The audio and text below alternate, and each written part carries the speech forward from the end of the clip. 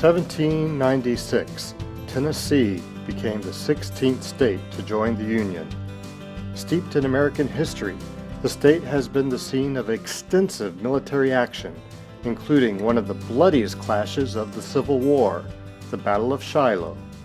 About 100 miles north of the Shiloh National Park is the sleepy town of Dyersburg. Known as the gateway to Middle America, Dyersburg has a population of around 18,000. For many years, there were no ophthalmologists to provide eye care.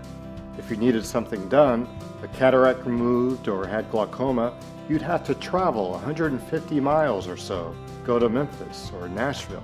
Dr. Richard Cape and his wife Stephanie saw the need and decided to fill it. They arrived in Dyersburg during the early 1990s and began building their practice, brick by brick, one patient at a time. The Cape Regional Eye Center is an American success story, born from good old-fashioned hard work, dedication, and persistence.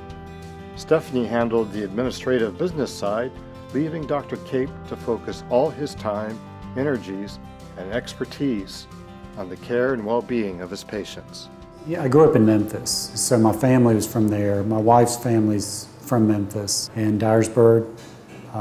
Great opportunity. Didn't know if I was going to have a big enough practice or be able to survive here. Opening up this surgery center, that was a huge undertaking, and looking back, that's such a great achievement, for me, and made my life so much easier and so much better for patients. We're able to get patients in and out much quicker. It's much easier. I can do a higher volume. I've got control over the situation. It was a great choice. Glaucoma is a tough disease. It's tough on the patient because you're telling this patient you've got glaucoma, you could lose vision later. They're having to take these drops or have laser or have some kind of procedure. And they're saying, I understand my vision's good. I've got glaucoma, my vision's good. Why should I do all this? I don't notice any problem. But the problem with glaucoma is that once you notice a problem, it's too late. You treat glaucoma with drops or you can treat with laser, and those are pretty benign treatments. And for the most part, they take care of most patients nowadays. But if that doesn't take care of it, then the next step is this huge giant step over into invasive surgery where you've got to do a trabeculectomy or a tube surgery. And those have a lot of complications. So you talk about medicine and laser that has very few complications, very few problems. And then the next step, if that doesn't work, is something with huge complications. You could lose your eye.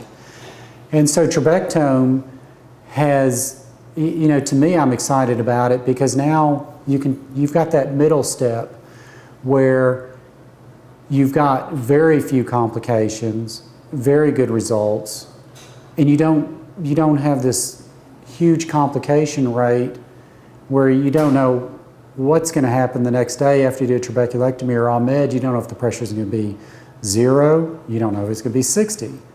With Trabectome, I'm much more excited because, like I said, the complication rate is going to be much lower. It's not that huge step. Finally, what convinced me, though, is I know Dr. Peter Netland. He just got a new Trabectome there. After he used that, he called me back up and told me his results, and he said that it was very favorable. It's a good technology and it's good for patients.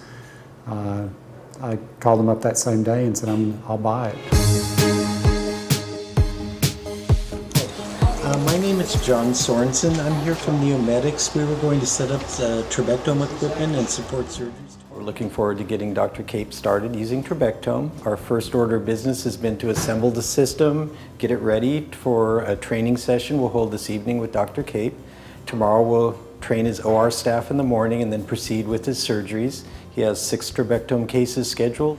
I thought it went well. It's a relatively easy procedure to learn. There's kind of a cool technology to it that's you kind of get excited about. I never thought I'd be going to the trabecular meshwork on the inside of the eye and trying to cutting through it and taking off the roof of it. I got a little nervous a couple days before, and I was thinking, you know, this may be a little more complicated. You know, this may not be as easy as what it looks like on the cartoon where they show the procedure, and you know, and then the other videos that showed surgeons doing it. I mean, this may be a little more complicated, but I thought the training was very good beforehand. You know, and I'm not paid for any endorsement, or I mean, I have no financial,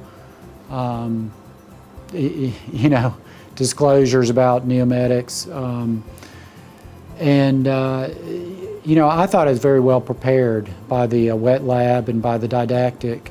I thought it was very good. I thought there was good preparation. Well, I appreciate y'all. Y'all have really surpassed my expectations. I mean, seriously, I thought the training was very good, and I thought the procedure was very elegant.